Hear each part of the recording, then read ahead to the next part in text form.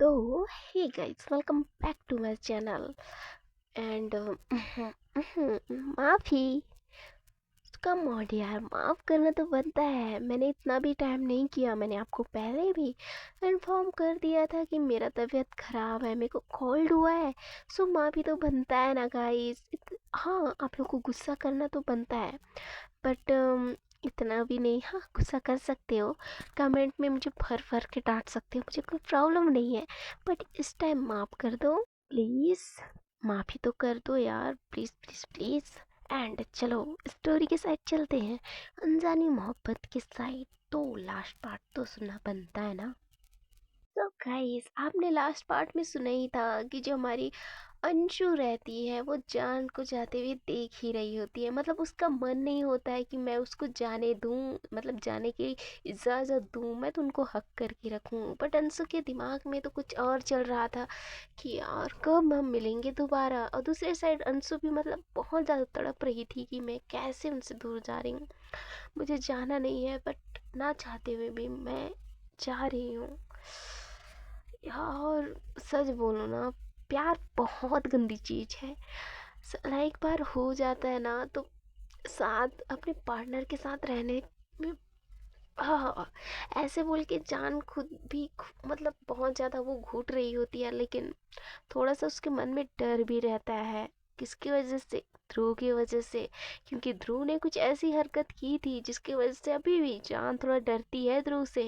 और दूसरे साइड अंशु बस वहाँ पे एयरपोर्ट पे खड़ी थी और कुछ टाइम के बाद वहाँ से निकल जाती है, क्योंकि वहाँ से फ्लाइट टेक ऑफ कर चुका था स्विंग करके। क्यों?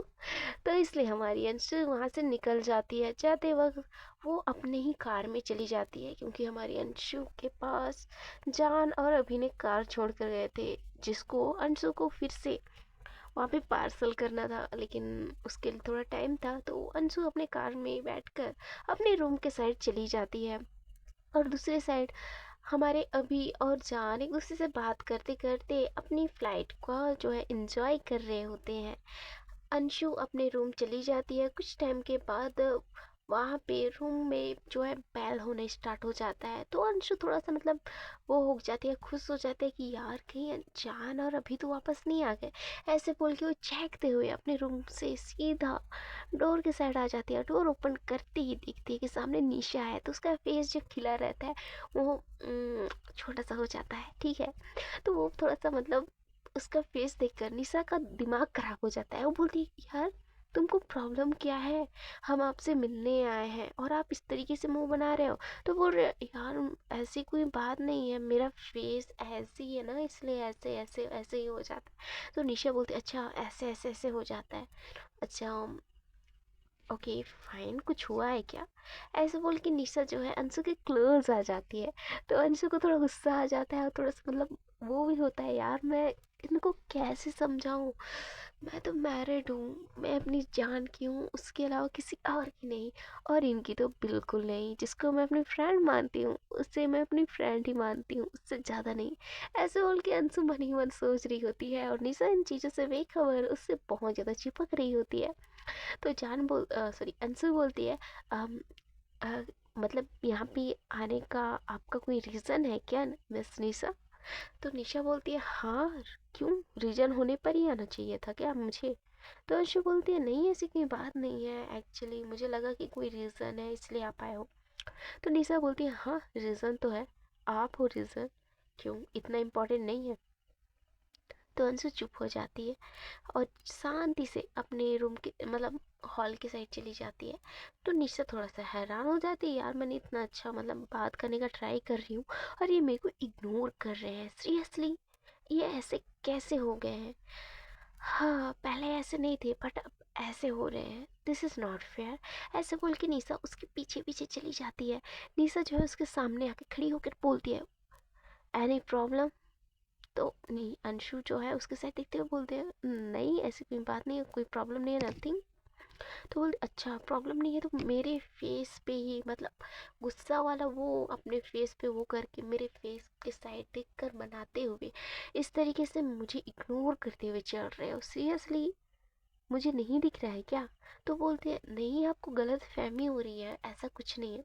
तो बोलते ऐसा ही है, मुझे भी दिखता है, मुझे भी फील होता है क्या सोच रहा है इंसान और क्या नहीं। तो बोलती है अच्छा बाबा अम, भूल जाओ सब, मेरे को बताओ क्या प्रॉब्लम है। तो निशा बोलती है कोई प्रॉब्लम नहीं है, बस मैं बताए तो थी ना वो प्रोजेक्ट के मामले में। तो बोलते हैं अच्छा हाँ हाँ हाँ, मैंने मुझे पता है कि वो क्या हो गया है, बस फाइनल करना है किस कंपनी के साथ हमें डन करना है, ये हमें बस पता लगाना है। तो बोलते हैं तो क्या। तो बोलती है तो पार्टी तो बनती है ना। तो बोलती है हाँ बनता तो है, बट मेरा मूड नहीं है सच बताऊं। तो बोलती है अच्छा मूड क्यों नहीं है। अनु जी वैसे भी आपको पार्टी के नाम पे कुछ ज़्यादा ही खुश होते हो, लेकिन इस टाइम क्या हुआ है, कोई प्रॉब्लम हो रखा है क्या। तो बोले नहीं प्रॉब्लम तो नहीं हो रखा है, बस ऐसे ही बस कुछ नहीं। ऐसे बोल के अंशु जो है चुपचाप वहाँ पे बैठ जाती है और अपने हाथ से मतलब मोबाइल से खेलने लगती है। तो निशा उसके पास आकर बैठती है और बोलती है ठीक है फाइन, मुझे समझ आ गया कि आपको हमसे बात करने में कोई इंटरेस्ट नहीं है, और मुझे ये भी पता है कि मुझे आप लाइक नहीं करते हो। तो ये सुन के अंशु जो है थोड़ा सा हैरान हो जाती है, उसकी साइड देखती है, बोलती है मतलब।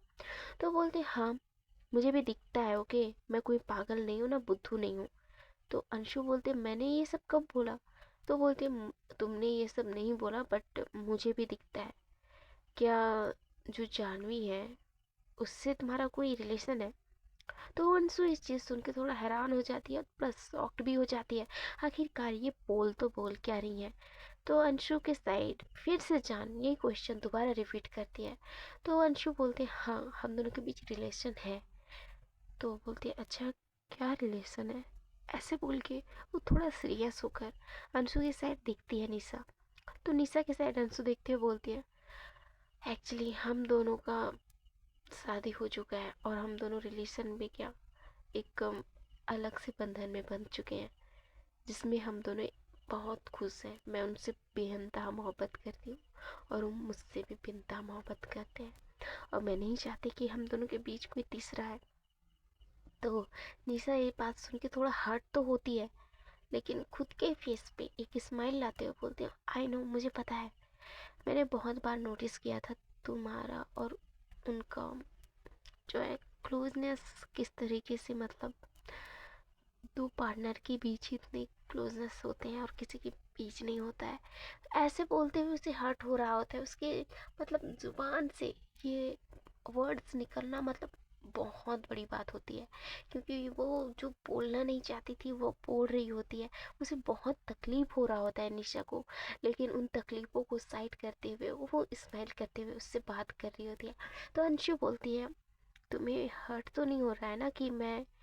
तो निशा बोलती नहीं यार ऐसी कोई बात नहीं है, मैंने प्रपोज़ल रखा, हर बार आपने मुझे इग्नोर किया ना बोला, मुझे पता है आप मुझे बस फ्रेंड के नज़रिए से ही देखते हो, इससे ज़्यादा कुछ नहीं। इस बात को सुन के अंशु थोड़ा खुश हो जाती है, उसे हक करते हुए बोलती है ओह पता है मैं ये चीज़ कब से बोलना चाहती थी कि आप मेरे लिए फ्रेंड हो, और फ्रेंड मीन्स बेस्ट फ्रेंड हो, इससे ज़्यादा मेरे लिए कुछ नहीं हो।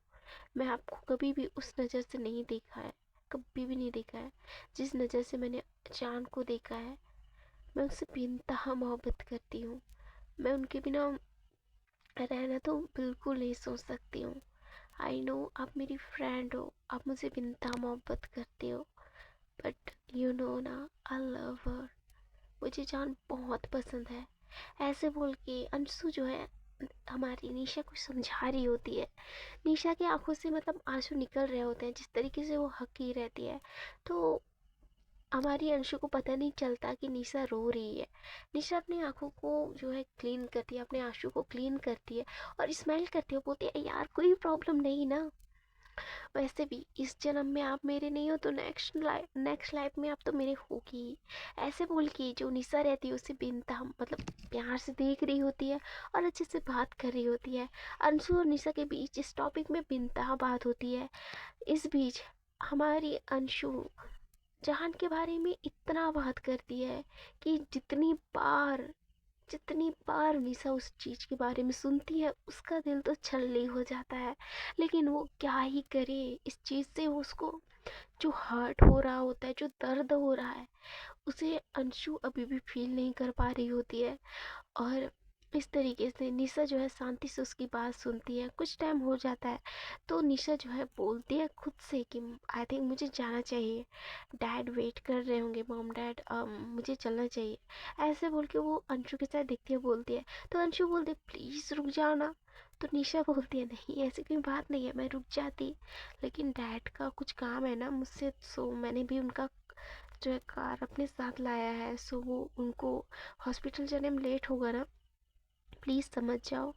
ऐसे बोल के वो अंशु के फेस पे मतलब उसके चिक्स पे हाथ रखती है और बहुत प्यार से उसके फोरहेड पे किस करती है। ये चीज़ अंशु को थोड़ा awkward फील देती है, लेकिन उसके मन में बस इतना चलता है कि एक फ्रेंड ने दूसरी फ्रेंड को किस किया नॉर्मल फोरहेड पे। ऐसे हमारी अंशु सोचती है। कुछ टाइम के बाद जो निशा जो है वहाँ से निकल जाती है अपने रूम से, मतलब अंशु के रूम से जब निकलती है तो बाहर जाती है तो उसकी आंखों से मतलब कंटिन्यू आंसू बहना स्टार्ट हो जाते हैं। वो बेनतहा रोती है, उसका आंसू जो है इतना निकल रहा होता है ना यार कि मतलब समझो यार बहुत उसको हर्ट हुआ रहता है। वो बेनतहा रो रही होती है। वो कार में बैठती है और बहुत जोर जोर से चिल्लाती है अपने मुंह पे हाथ रख के। वो अपने दोनों मतलब अपने हाथ को अपने मुंह पे अपने लिप्स पे ले लेती है और बेनतहा जोर से चिल्लाती है, जिसकी आवाज़ मतलब कार से तो बाहर नहीं जाती है, लेकिन वो उसके दिल पे बेनतहा मतलब घाव छोड़ देता है। उसके दिल पे बेनतहा दर्द छोड़ देता है, जिसको फील करना इम्पॉसिबल था। जो इंसान इस चीज़ को फील करता है ना वही समझता है, और जो इस चीज़ को बस खेल समझता है ना वो इस चीज़ को कभी नहीं समझता है। निशा जो है रोती है, बहुत चिल्लाती है और वहाँ से खुद को मतलब फ्रेश आउट करती है कि यार मेरी अंशु की लाइफ में कोई है तो मैं इंटरफेयर नहीं करूँगी। बस मैं इतना चाहती हूँ कि वो खुश रहे और बेनता खुश रहे, उससे ज़्यादा कुछ नहीं चाहती। मैं गॉड से ये दुआ करूँगी कि अंशु इस जन्म में मेरी नहीं है, लेकिन नेक्स्ट लाइफ में वो मेरी रहे, प्लीज़ गॉड। ऐसे बोल के जो निशा रहती है रोते हुए वहाँ से चली जाती है।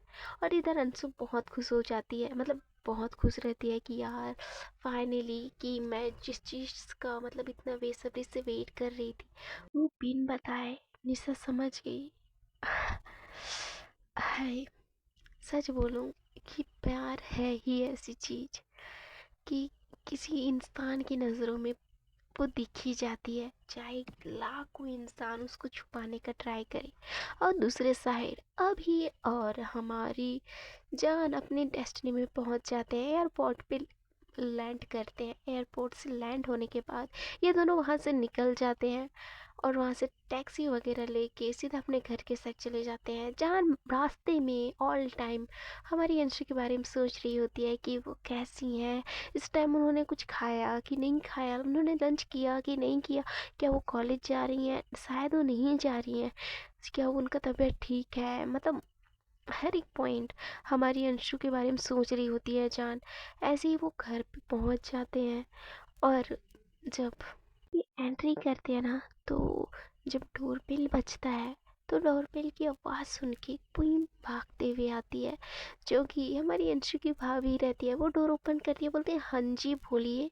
तो सामने देखती है कि हमारी जान और अभी खड़े हैं, तो इनको देखकर बहुत खुश होती है। और भाभी जो रहती हैं अंशु को मतलब जान को हक करते हुए बोलती है जान तुम आ गई। तो जान बोलती है हाँ जी भाभी मैं आ गई, वैसे आपको मैंने ज़्यादा वेट तो नहीं करवाया ना। तो भाभी हंसते हुए बोलती है नहीं ऐसी कोई बात नहीं है, मैं तो बहुत खुश हूँ कि तुम इतने टाइम के बाद आ गए। पता है मम्मी जी भी आपका बहुत बेसब्री से वेट कर रहे थे कि यार कब आएंगी मेरी बहू रानी, कब आएंगी। अब फाइनली उनको पता चलेगा कि आप आए हो तो वो कितना खुश होंगे। तो बोलती ओहो आप कब आए, मुझे इसके बारे में आपने कुछ खबर क्यों नहीं दिया। तो बोलती है यार मुझे खबर देने की क्या ज़रूरत है, वैसे मैं जब ठीक हो गई मेरे को गुड फील हुआ तो मैं वापस यहाँ पे आ गई। तो जो जान रहती है अपने निगाहों मतलब आंखों से इशारा करती हुए भाभी से कुछ सवाल पूछ रही होती है, तो भाभी भी उसके सवालों का अच्छे से आंसर देती है कि डोंट वरी ध्रुव इस टाइम इस घर पे नहीं है, वो यहाँ से चले गए हैं, पता नहीं इसके बारे में मुझे भी कोई डिटेल नहीं पता, बट डोंट वरी मैं मैं उनको संभाल लूँगी। मुझे पता है ध्रुव ऐसा नहीं है, बट उनके अंदर पता नहीं ऐसा क्या वो हो रहा है, प्रॉब्लम हो रखा है, जिसकी वजह से वो खुद को ऐसा बना रहे हैं। डोंट वरी, मैं संभाल लूँगी। ऐसे बोल के भाभी उनको मतलब अपने आँखों से इशारा करके शांत करवाती हैं। इस चीज़ को अभी भी नोट कर लेता है।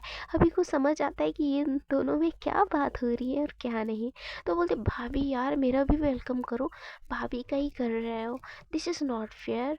ऐसे बोल के जो अभी रहता है साइड देखने लगता है, तो सामने से भाभी बोलती ओ मेरा देवर जी, अच्छा आपने मेरे लिए कुछ लाया कि नहीं, ऐसे ही मतलब मुझसे बात कर रहे हो, सो कुछ तो लाया होगा ना मेरे लिए। तो सामने से जो भी रहता है हंसते हुए बोलते आई नो भाभी, मैंने आपके लिए क्या लाया है, मतलब मैंने आपके लिए बहुत कुछ लाया है, आप गेस्ट कीजिए, देन आप करते रहिए, मैं मॉम से मिल लेता हूँ। ऐसे बोल के अभी जो है अपनी मम्मी के रूम के साइड चला जाता है। साथ में जो अंशु सॉरी जान रहती है वो भी चली जाती है। ये दोनों मम्मी के रूम के साइड चले जाते हैं। तो साथ में भाभी भी डोर मतलब बंद कर लेती है और वो भी उनके पीछे पीछे चली आती है।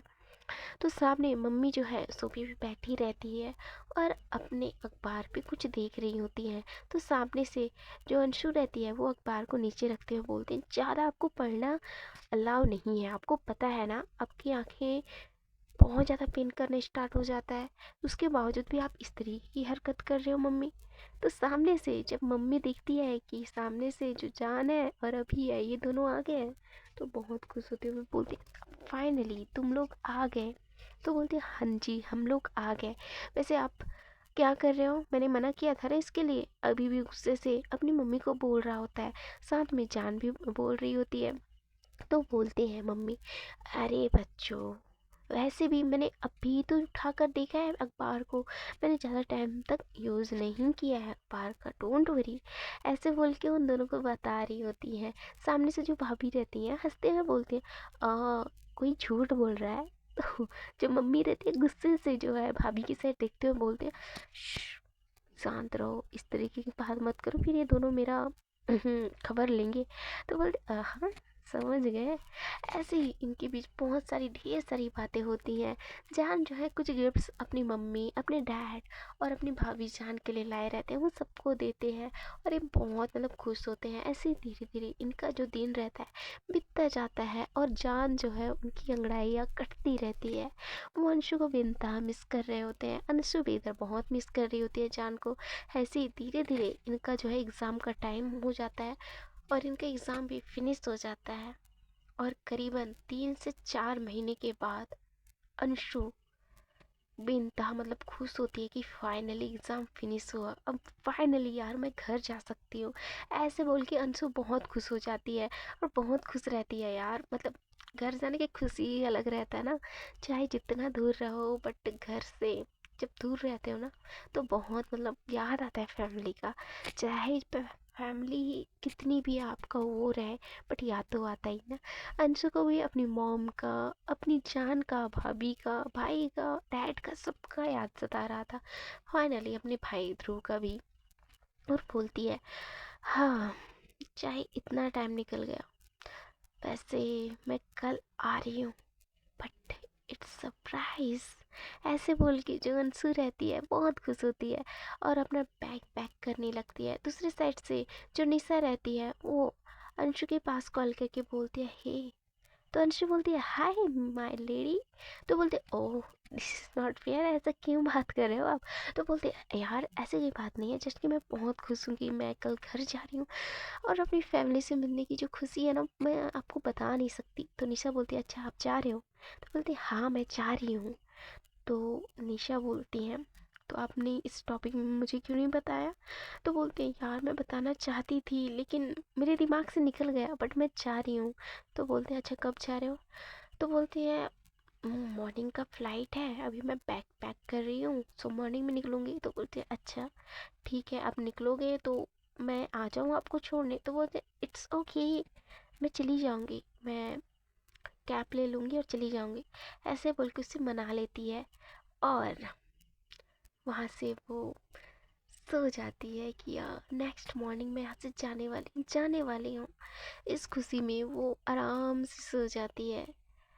सो हे गाइस देखते हैं कि इसके नेक्स्ट एपिसोड में क्या होता है, क्या इस बीच कोई इश्यूज होना स्टार्ट तो नहीं हो जाएगा?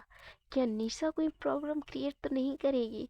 या हमारी अंशु के साथ कुछ और ही तिगड़म तो नहीं होगा? क्या सरप्राइज के बाद जान का क्या हाल होगा? उनकी फैमिली में किस तरीके से खुशी आएगी? ये सब जानना बहुत इंटरेस्टिंग होगा और ये नेक्स्ट एपिसोड में आप ज़रूर सुनिएगा। आपका न्यू स्टोरी कुछ दिन के बाद आ जाएगा, डोंट वरी। उसके लिए आप कितना एक्साइटेड हो ज़रूर बताइएगा कमेंट में। Okay then, thank you so much, love you all, अपना ध्यान रखिए और गुस्ताखी के लिए माफ़ करिए कि मैंने इतना टाइम के बाद स्टोरी अपलोड किया और इस तरीके से धीमी आवाज़ में बात कर रही हूँ, इसके लिए भी गुस्ताखी माफ़, my lord. So guys, bye bye.